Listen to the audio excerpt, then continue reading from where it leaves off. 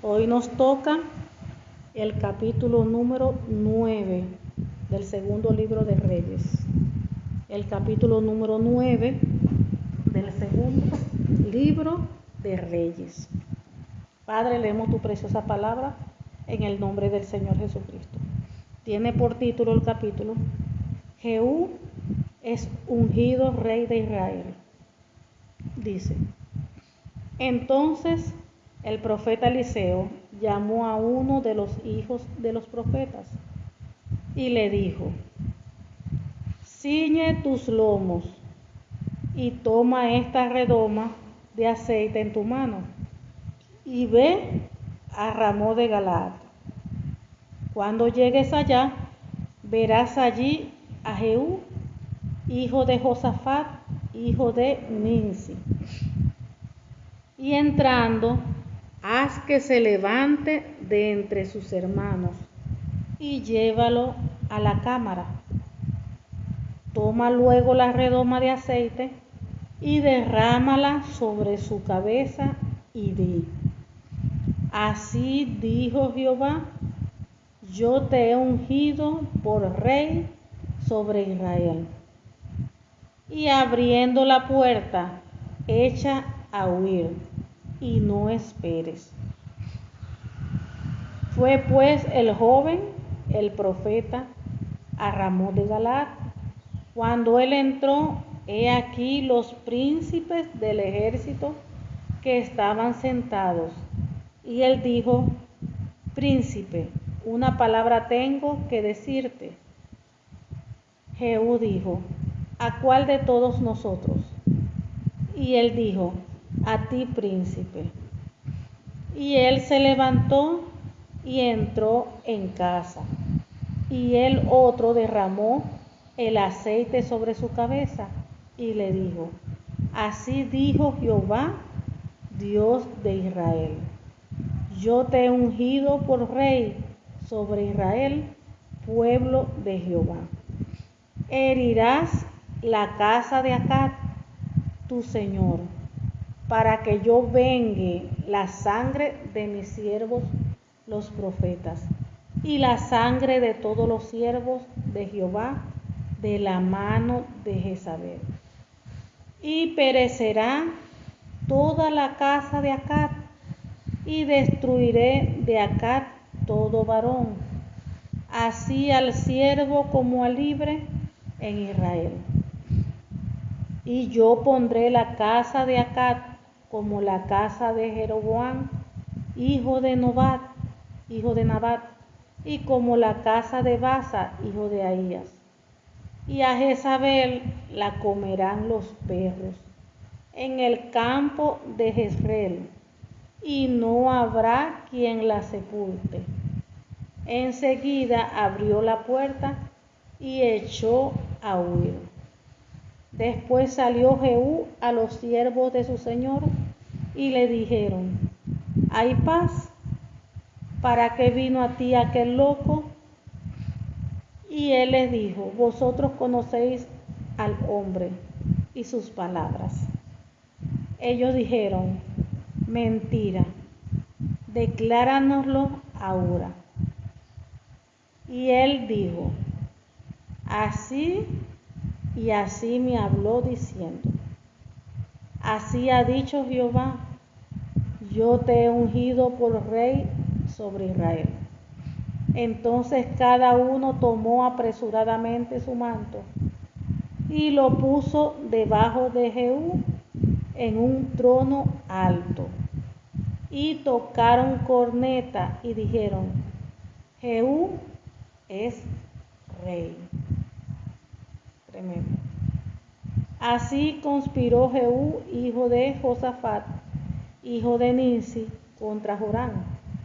Estaba entonces Joram guardando a Ramón de Galaad con todo Israel, por causa de Hazael, rey de Siria.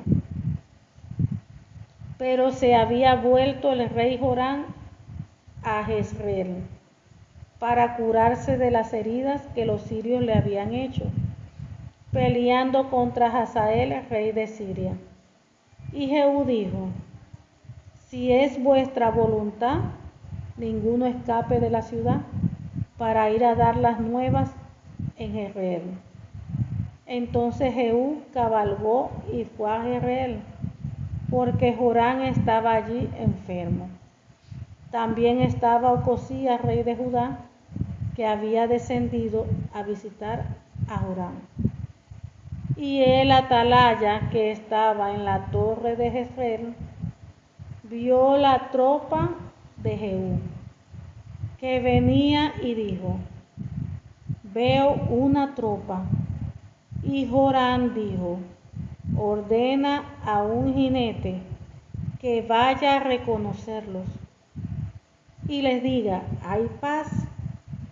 Fue pues el jinete a reconocerlos y dijo: el rey dice así: hay paz. Y Jehú le dijo: ¿qué tienes tú que ver con la paz? Vuélvete conmigo. El atalaya dio luego aviso diciendo: el mensajero llegó hasta ellos y no vuelve. Entonces envió otro jinete, el cual llegando a ellos dijo: el rey dice así: hay paz. Y Jehú respondió: ¿qué tienes tú que ver con la paz? Vuélvete conmigo. El atalaya volvió a decir: también éste llegó a ellos y no vuelve, y el marchar del que viene es como el marchar de Jehú, hijo de Nimsi, porque viene impetuosamente. Entonces Joram dijo: unce el carro. Y cuando estaban uncidos su carro, salieron Joram, rey de Israel, y Ocosías, rey de Judá, cada uno en su carro, y salieron a encontrar a Jehú, al cual hallaron en la heredad de Nabot de Jezreel. Cuando vio Joram a Jehú, dijo: ¿hay paz, Jehú? Y él respondió: ¿qué paz? Con las fornicaciones de Jezabel, tu madre, y sus muchas hechicerías. Entonces Joram volvió las riendas y huyó, y dijo a Ocosías: traición, Ocosías. Pero Jehú entesó su arco e hirió a Joram entre las espaldas, y la saeta salió por su corazón, y él cayó en su carro. Dijo luego Jehú a Bidkar, su capitán: tómalo y échalo a un extremo de la heredad de Nabot de Jezreel. Acuérdate que cuando tú y yo íbamos junto a la gente de Acad, su padre, su Jehová, pronunció esta sentencia sobre él diciendo: que yo he visto ayer la sangre de Nabot y la sangre de sus hijos, dijo Jehová, y te daré la paga en esta heredad, dijo Jehová. Tómalo pues ahora y échalo en la heredad de Nabot, conforme a la palabra de Jehová. Viendo esto, Ocosías, rey de Judá, huyó por el camino de la casa del huerto, y siguió Jehú diciendo: herid también a este en el carro. Y le hirieron a la subida de Gur, junto a Ibleam, y Ocosías huyó a Megiddo, pero murió allí. Y sus siervos le llevaron en un carro a Jerusalén, y allá le sepultaron con sus padres, en su sepulcro en la ciudad de David. En el 11º año de Joram, hijo de Acaz, comenzó a reinar Ocosías sobre Judá. Vino después Jehú a Jezreel, y cuando Jezabel lo oyó, se pintó los ojos con antimonio, y atavió su cabeza, y se asomó a una ventana. Y cuando entraba Jehú por la puerta, ella dijo: Sucedió bien a Zimri, que mató a su señor. Alzando él entonces su rostro hacia la ventana, dijo: ¿Quién está conmigo? ¿Quién? Y se inclinaron hacia él 2 o 3 eunucos. Y él les dijo: echadla abajo. Y ellos la echaron. Y parte de su sangre salpicó en la pared y en los caballos, y él la atropelló. Entró, y después que comió y bebió, dijo: id ahora a ver a aquella maldita y sepultadla, pues es hija de rey. Pero cuando fueron para sepultarla, no hallaron de ella más que la calavera y los pies y las palmas de las manos. Y volvieron y se lo dijeron. Y él dijo: esta es la palabra de Jehová, del Dios, la cual él habló por medio de su siervo Elías Tisbita, diciendo: en la heredad de Jezreel comerán los perros las carnes de Jezabel, y el cuerpo de Jezabel será como estiércol sobre la faz de la tierra en la heredad de Jezreel, de manera que nadie pueda decir: esta es Jezabel. Gloria a Dios y bendita la palabra del Señor. Volvamos entonces al principio. Jehú es ungido rey de Israel. Entonces el profeta Eliseo llamó a uno de los hijos de los profetas y le dijo: ciñe tus lomos y toma esta redoma de aceite en tu mano y ve a Ramón de Galaad. Cuando llegues allá verás allí a Jehú, hijo de Josafat, hijo de Ninsi, y entra y haz que se levante de entre sus hermanos, y llévalo a la cámara. Toma luego la redoma de aceite y derrámala sobre su cabeza y di: así ha dicho Jehová, yo te he ungido por rey sobre Israel. Y abriendo la puerta, echa a huir y no esperes. Gloria al nombre de Cristo. Aquí estamos viendo una vez más que nuestro Padre, el Dios Todopoderoso, Él hace como quiera. Él hace como bien le parezca. La palabra del Señor dice que Dios es quien pone reyes y quien quita reyes. No hay nadie en este mundo, hombre ni mujer, que sea indispensable para Dios. Entonces vemos que Dios es el que pone, Dios es el que quita. Y todas las cosas las hace conforme a su voluntad. Porque Dios es un Dios de propósito. Nada pasa en esta vida por casualidad. Dios mueve las cosas, Dios hace como Él quiera, conforme a sus propósitos. Y vemos que Dios decidió levantar un nuevo rey. Fíjense que aquí vemos que Dios le habló a Eliseo. Y por supuesto, recuerden que Eliseo tenía muchos. Él se la pasaba con muchos hijos de profetas, porque él enseñaba a los hijos de profetas, como si fuera una escuela de profetas. Y vemos que él llamó a un hijo de profeta y le asignó eso, que tenía que ir, llegar hasta Jehú para ungirlo como rey. Y le dio las palabras que Dios había dicho. Y le dijo cómo tenía que decirle, cómo tenía que hacer. Le dio todas las instrucciones. Y vemos allí la obediencia de este hijo de profeta. No nombran, no dicen su nombre.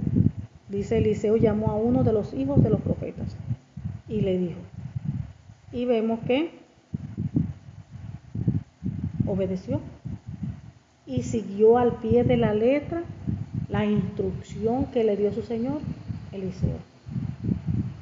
Y si vemos este caso, así mismo es lo que Dios espera de nosotros, de cada hijo o hija de Dios de la iglesia de Cristo. Obediencia en todo, obediencia en la palabra. Dios demanda y exige de todo hijo o hija de Dios obediencia. Que nosotros podamos vivir la palabra conforme a su voluntad, que nosotros podamos hacer cada decisión que nosotros tomemos, tiene que estar alineada a la palabra. Que nosotros vivamos alineados a la palabra. Que nosotros hagamos todas las cosas como Dios manda en su palabra, para que se pueda cumplir la palabra que dice que la obediencia trae bendición. No hay otro camino, no hay otra manera. Usted quiere que el Señor le conceda sus peticiones, usted tiene que vivir alineado a la palabra. Ser obediente al Señor en todo lo que dice la palabra.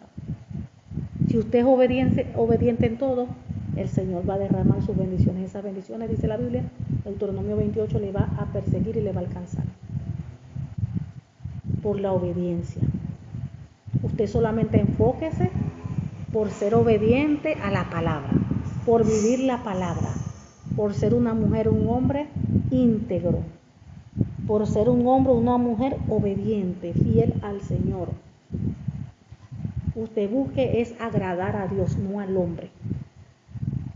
No busque hacer las cosas como el mundo lo enseña. Busque hacer siempre las cosas conforme a la voluntad de Dios.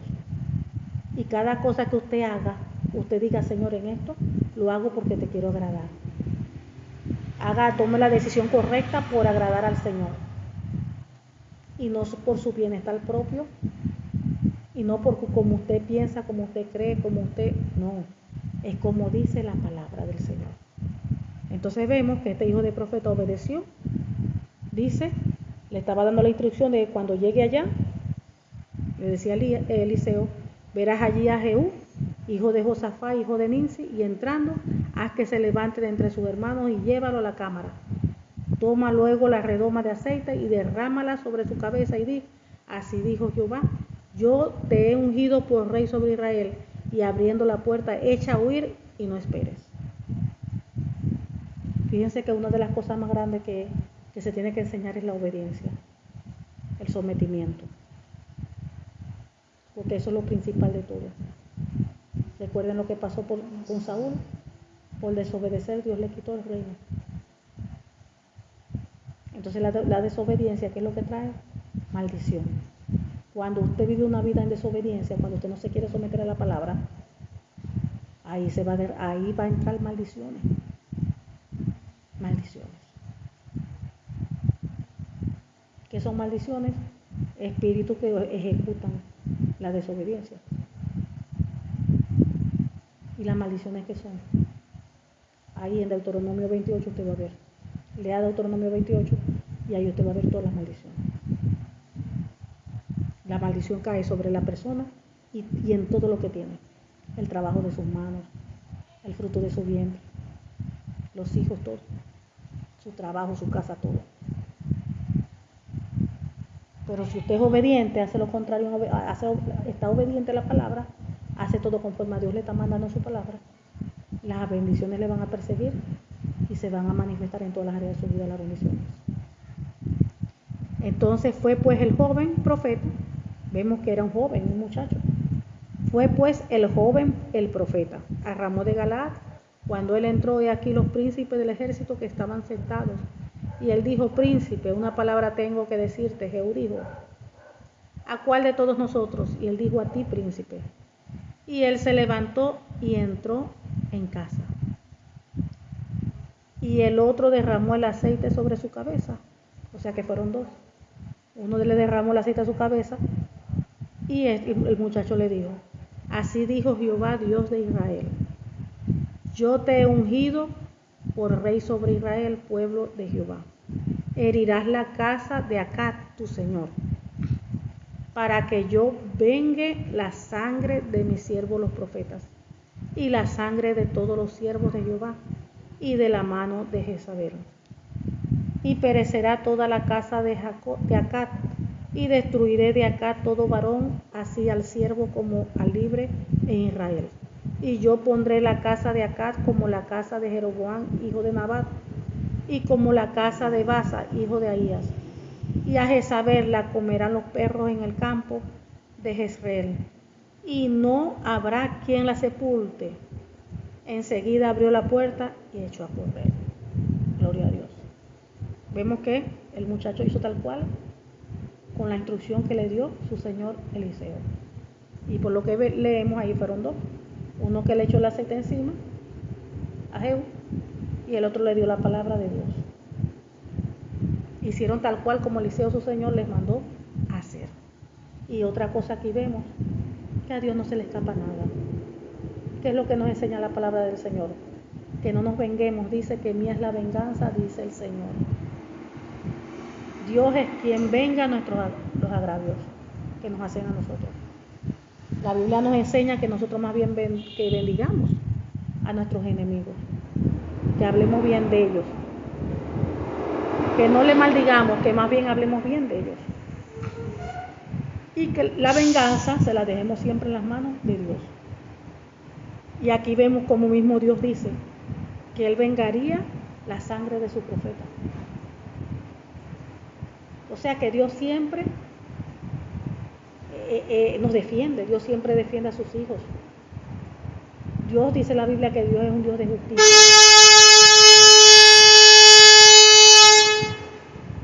Dios es un Dios de justicia.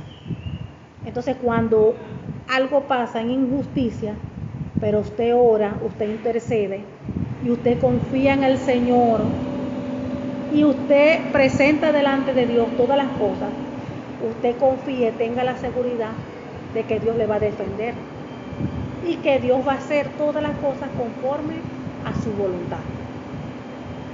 Nosotros tenemos que tener esa seguridad, esa confianza en el Señor. Tenemos que tener esa fe en Dios. Eso es lo que enseña la palabra y eso es lo que nosotros debemos de creer. Dice la Biblia que sin fe es imposible agradar al Señor. Entonces, si Él da esas instrucciones, si Dios da esas enseñanzas, uno tiene que alinearse a ellas y creer. Presentarle las cosas delante del Señor y creyendo de que Dios va a obrar y que Dios no va a hacer justicia.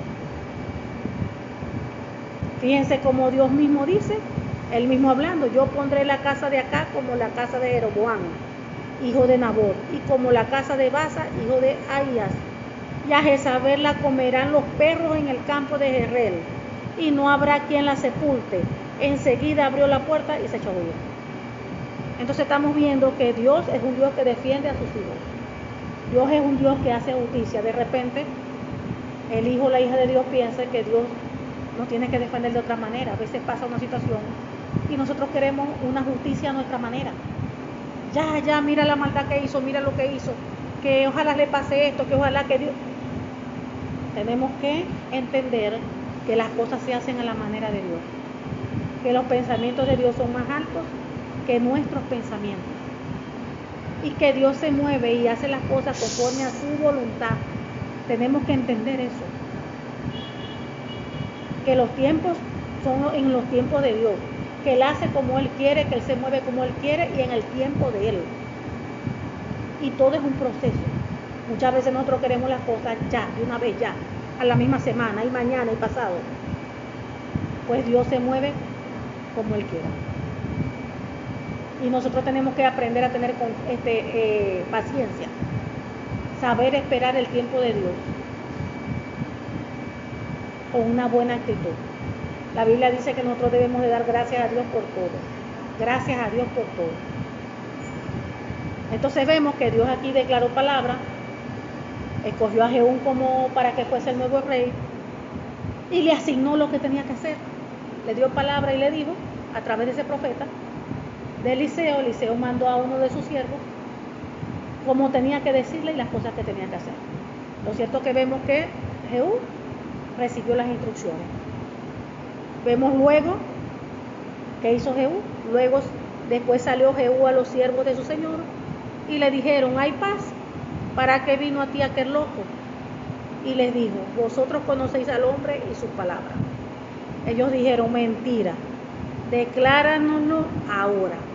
Y dijo, así y así me habló, diciendo, así ha dicho Jehová, yo te he ungido por rey sobre Israel. Entonces cada uno tomó apresuradamente su manto y lo puso debajo de Jehú en un trono alto. Y tocaron corneta y dijeron: Jehú es rey. Fíjense, wow, cómo Dios habla, y miren cómo todo el mundo obedece.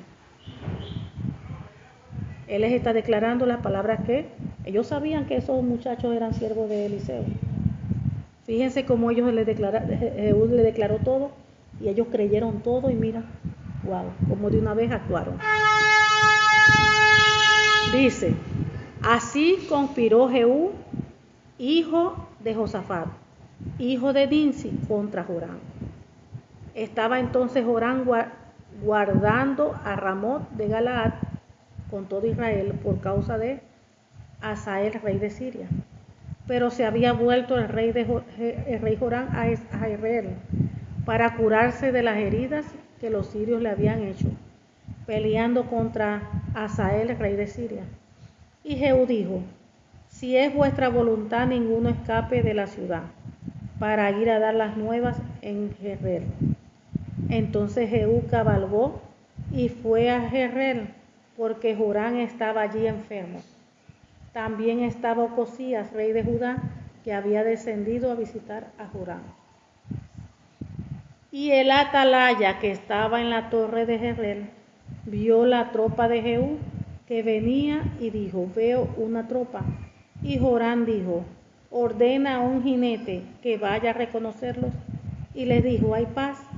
Fue pues el jinete a reconocerlo, y dijo el rey: dice así: hay paz. Y Jehú le dijo: ¿qué tienes tú que ver con la paz? Vuélvete conmigo. El atalaya dio luego aviso, diciendo: el mensajero llegó hasta ellos y no vuelve. Vamos a ver aquí un momentico. Fíjense lo importante del rol aquí del atalaya. Vemos que en esos tiempos, ¿verdad?, esas ciudades le levantaban murallas. ¿Murallas de qué? De protección. Para que cuando viniera el enemigo le fuera difícil entrar directamente. ¿Por qué le iba a ser difícil? Porque la ciudad estaba rodeada de murallas. Entonces en esas murallas ellos construían una torre y allí colocaban un atalaya. El atalaya era el responsable de estar pendiente, vigilando todo aquel que se acercara a la ciudad. Por si venía el enemigo a atacar, el atalaya era esa responsabilidad del atalaya. Y aquí vemos su papel, su rol. Vemos que, como dice aquí en el 17, y el atalaya que estaba en la torre de Jezreel vio la tropa de Jehú que venía y dijo: veo una tropa. Y Joram dijo: ordena a un jinete que vaya a reconocerlo y le diga: hay paz. Fíjense, de lejos, como de lejos, el atalaya veía que alguien venía. No reconocía todavía bien quién venía, por lo lejos que venía, pero ya de lejos él avisaba allí en su ciudad que una gente que venía a la ciudad, y ellos iban a tener la suficiente tiempo para organizarse. Y vemos que hoy en día Dios sigue utilizando esos atalayas. Recuerde que hoy en día ya no estamos físicamente en esas ciudades con esos muros. Hoy en día dice la palabra del Señor: ¿quién es en nuestros muros? Jehová de los ejércitos. Dice la Biblia que Él levanta muros de fuego alrededor de nosotros. Ahora la iglesia de Cristo, nuestros hogares, nuestra vida, estamos rodeados con un muro, pero un muro que es espiritual, que es un muro de protección. Y cuando ese muro cae, cuando hay pecado, cuando hay desobediencia. Cuando la persona entra en desobediencia, esos muros se les van haciendo como hoyos. Y por eso es que el enemigo entra y ataca directamente a la persona. Ataca aquí, ataca allá y empieza a oprimir. Porque la muralla se está dañando por los pecados. De una manera espiritual estoy hablando. Entonces vemos la importancia de la atalaya.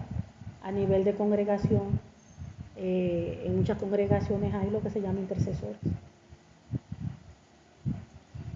que vienen siendo los atalayas, los intercesores.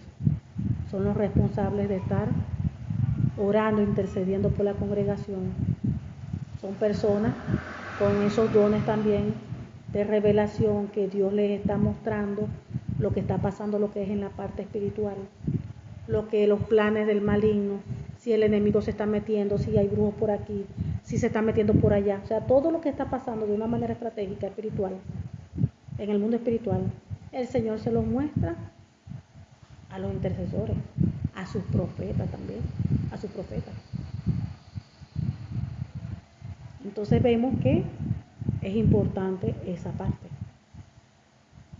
Hay iglesias, por ejemplo, que de repente no hay grupo de intercesión, pero si hay allí profetas, hay gente que Dios les muestra y les habla. Porque Dios siempre tiene a su gente. Acuérdense que la iglesia se mueve bajo los 5 ministerios. Y siempre va a haber allí personas con el ministerio profeta, que el Señor allí siempre le muestra a los hijos, a esos intercesores. Entonces sí es importante. Y vemos aquí, versículo 19, dice, entonces envió otro jinete, el cual llegando a ellos dijo, el rey dice así, ¿hay paz? Y Jehú respondió, ¿qué tienes tú que ver con la paz? Vuélvete conmigo. El atalaya volvió a decir, también este llegó a ellos y no vuelve. Y el marchar del que viene es como el marchar de Jehú, hijo de Ninsi, porque viene impetuosamente. Entonces Joram dijo, unce el carro. Y cuando estaba unciendo su carro, salieron Joram, rey de Israel, y Ocosías, rey de Judá, cada uno en su carro, y salieron a encontrar a Jehú, al cual hallaron en la heredad de Nabot de Jezreel. Cuando dice ahí de que unce mi carro, están diciendo preparen mi carro, que le prepararán el carro. Entonces vemos, cuando vio Joram a Jehú, dijo, ¿hay paz? ¿Hay paz, Jehú? Y él respondió, ¿qué paz? Con las fornicaciones de Jezabel, tu madre, y sus muchas hechicerías. Entonces Joram volvió las riendas y huyó. Y dijo a Ocosías, traición, Ocosías. Pero Jehú entesó su arco e hirió a Joram entre las espaldas. Y la saeta salió por su corazón y él cayó en su carro. Dijo luego Jehú a Bidkar, su capitán, tómalo y échalo a un extremo de la heredad de Nabot de Jezreel. Acuérdate que cuando tú y yo íbamos junto con la gente de Acab, su padre, Jehová pronunció esta sentencia sobre él diciendo, que yo he visto ayer la sangre de Nabot y la sangre de sus hijos, dijo Jehová, y te daré la paga en esta heredad, dijo Jehová. Tómalo pues ahora y échalo en la heredad de Nabot, conforme a la palabra de Jehová. Ahí vemos cómo se va dando el cumplimiento de lo que Dios va hablando. Cada cosa que Dios va hablando se va cumpliendo en los tiempos de Dios, ni antes ni después, conforme a como Dios lo tiene descrito en cada tiempo, cada palabra que Él ha anunciado, eso se va cumpliendo porque es Dios quien lo ha hablado. Y fíjate cómo Él dice, Jehú, una palabra que Dios había declarado antes. Y en ese momento pues se estaba cumpliendo. Y dijo conforme a la palabra de Jehová. Fíjense, las cosas se cumplen en los tiempos de Dios, cuando Dios tiene allí suscrito exactamente en cada tiempo, cada cosa que se tiene que cumplir, conforme Él ha hablado. Viendo esto, Ocosías, rey de Judá, huyó por el camino de la casa del huerto, y lo siguió Jehú, diciendo, herid también a este en el carro. Y le hirieron a la subida de Gur, junto a Ibleán, y Ocosías huyó a Megiddo, pero murió allí. Y sus siervos le llevaron en un carro a Jerusalén, y allá le sepultaron con sus padres, en su sepulcro en la ciudad de David. en el 11º año de Joram, hijo de Acaz, comenzó a reinar Ocosías sobre Judá. Vino después Jehú a Jezreel, y cuando Jezabel lo oyó, se pintó los ojos con antimonio y atavió su cabeza y se asomó a una ventana. Y cuando entraba Jehú por la puerta, ella dijo: ¿sucedió bien a Zimri, que mató a su señor? Alzando él entonces su rostro hacia la ventana, dijo: ¿quién está conmigo? ¿Quién? Y se inclinaron hacia él 2 o 3 eunucos. Y él les dijo: echadla abajo. Y ellos la echaron. Y parte de su sangre salpicó en la pared y en los caballos, y él la atropelló. Entró luego, y después que comió y bebió, dijo: id ahora a ver a aquella maldita y sepultarla, pues es hija de rey. Pero cuando fueron para sepultarla, no hallaron de ella más que la calavera, y los pies, y las plantas de las manos. Y volvieron y se lo dijeron, y él dijo: esta es la palabra de Dios, la cual él habló por medio de su siervo Elías Tifita, diciendo: en la heredad de Jezreel, comerán los perros las carnes de Jezabel. Fíjense cómo se sigue cumpliendo lo que Dios ya había dicho. Y el cuerpo de Jezabel será como estiércol sobre la faz de la tierra en la heredad de Jezreel, de manera que nadie pueda decir: esa es Jezabel. Fíjense cómo Dios, ¿de quién viene la justicia? Del Padre, del Todopoderoso. Vemos todo lo que sucedió y vemos cómo Dios hizo allí justicia. O sea que Dios es un Dios de justicia, y Dios el que va a hacer justicia a cada uno de los hijos e hijas de Dios. Dios es quien nos hace justicia a nosotros. Es Dios. Y fíjense que Dios las hace, como hablamos, todas las cosas las hace en su tiempo y conforme a su voluntad. Si Dios a usted le dio una palabra, usted tiene que creer a esa palabra, lo que Dios le dijo. No importan los años, no importa el tiempo que pase. Si Dios habló, Dios va a cumplir. Si Dios fue el que habló esa palabra, téngalo por seguro que Dios va a cumplir. No se desespere, porque Dios no le va a cumplir antes de tiempo. Dios va a cumplir en su tiempo, en el tiempo justo para cumplir. Él no cumple ni antes. Dios, como quien dice, no va a llegar antes de tiempo, ni va a llegar después de tiempo. Dios va a llegar en el tiempo justo, y en el tiempo justo Él va a cumplir y va a hacer su voluntad. Vemos todo lo que había hecho Jezabel, toda la matanza que hizo, la persecución a los profetas, lo que mató, todos esos pecados, los asesinatos, conjunto con su esposo acá. Y vemos aquí cómo Dios está vengando todo. Dios vengó las cosas, Dios hizo las cosas a su manera, porque el problema es que muchos de los hijos y hijas de Dios piensan que es que Dios tiene que hacer las cosas a la manera de uno. Y no es así. Dios hace las cosas a su manera. Uno debe orar, presentar las cosas a Dios y dejarle a Dios las cosas en sus manos, que Él es quien va a vengar a sus hijos. Y vemos aquí cómo Dios les vengó. Dios mismo se ocupó de Jezabel, de acá, de todo. Fíjense cómo Dios aquí se movió. Levantó un nuevo rey, le dio instrucciones, y vemos que el nuevo rey hizo todo tal cual como Dios habló, como Dios dijo, las instrucciones que Dios dio. Fue obediente.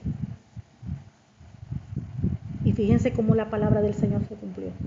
El Señor había dicho que se le iban a comer los perros. Y así fue. Fíjense que nada más quedaron los esqueletos. Esos perros se chuparon todos esos huesos. Y nada más dejaron las palmas, las manos y los pies. Se comieron todo. Esos perros estaban pero bien hambrientos. Que se comieron eso. se lo comieron. Y vemos que lo que Dios habló se cumplió. Y créalo, que si Dios a usted le dio una palabra, Dios lo va a cumplir. Pero usted tiene que aprender a esperar.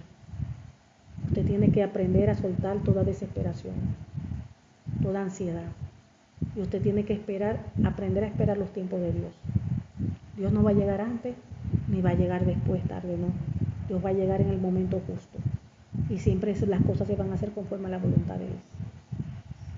Amén. Así que crea en el Señor. Tenga esa fe y esa esperanza, no la pierda. De que Él va a hacer, Él lo hará. Si Él dijo que lo iba a hacer, Él lo hará. Pero en su momento y en su tiempo. Amén. Padre amado, Dios Todopoderoso, Señor, te damos gracias. Gracias, Padre, porque tú eres bueno, porque para siempre es tu misericordia. En el nombre del Señor Jesucristo, te pedimos que esta tu palabra produzca fruto en cada uno de nosotros a 100 por uno. Y sellamos en el nombre del Señor Jesucristo esta preciosa palabra en nuestras vidas, en nuestros corazones, con la sangre del Cordero y con el Espíritu Santo de Dios. En el nombre del Señor Jesucristo. Amén.